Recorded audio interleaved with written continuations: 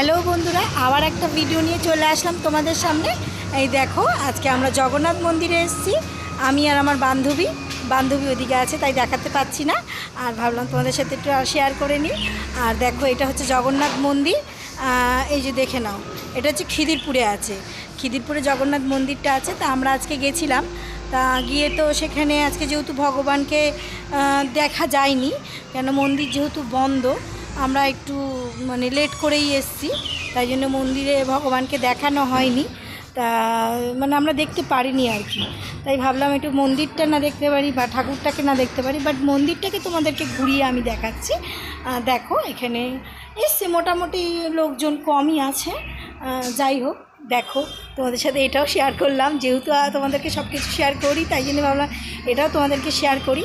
আর সবাই ভালো থেকো, সুস্থ থেকো, আর যদি পারো তা মন্দিরে এসে ঘুরে যেও 7